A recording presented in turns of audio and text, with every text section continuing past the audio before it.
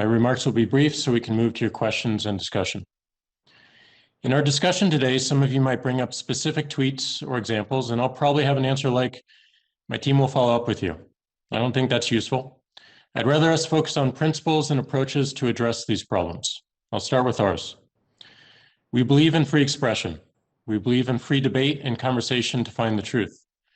At the same time, we must balance that with our desire for our service not to be used to sow confusion, division, or destruction. This makes the freedom to moderate content critical to us. Our process to moderate content is designed to constantly evolve.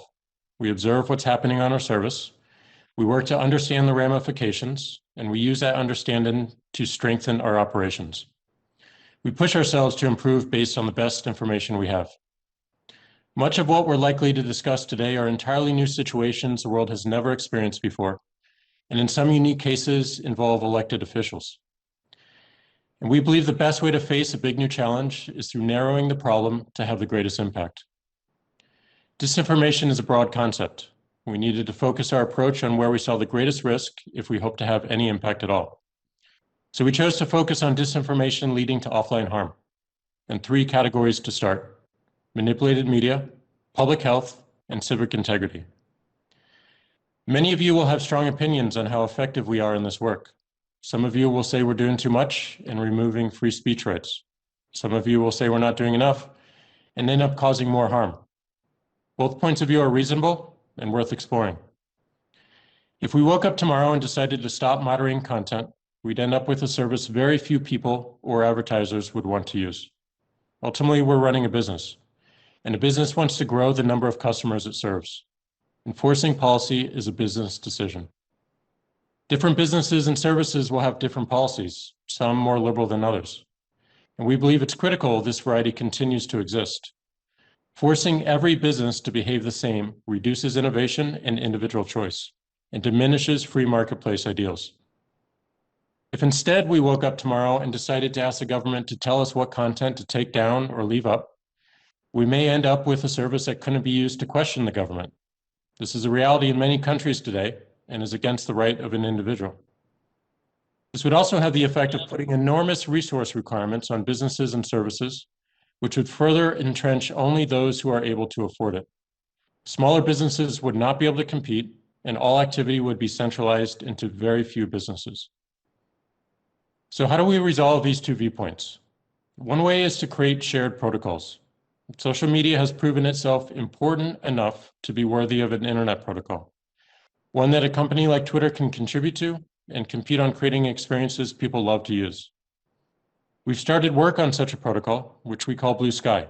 It intends to act as a decentralized, open source social media protocol, not owned by any single company or organization.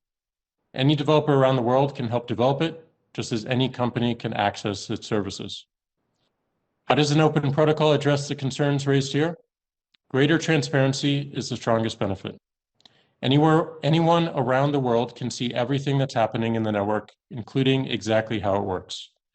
One doesn't have to trust a company, just look at the source code. Second, since the base protocol is shared, it will increase innovation around business models, recommendation algorithms, and moderation controls, which are in the hands of individuals rather than private companies. This will allow people to experiment in a market-based approach. Finally, it will allow all of us to observe, acknowledge, and address any societal issues that arise much faster. Having more eyes on the problems will lead to more impactful solutions that can be built directly into this protocol, making the network far more secure and resilient.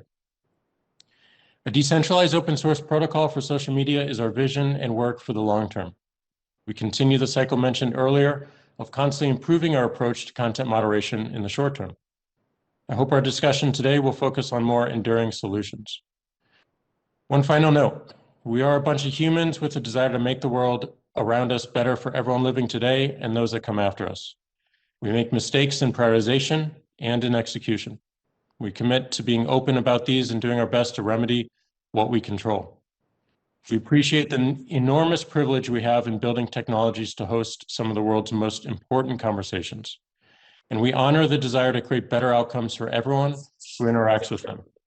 Thanks for your time, and I look forward to the discussion.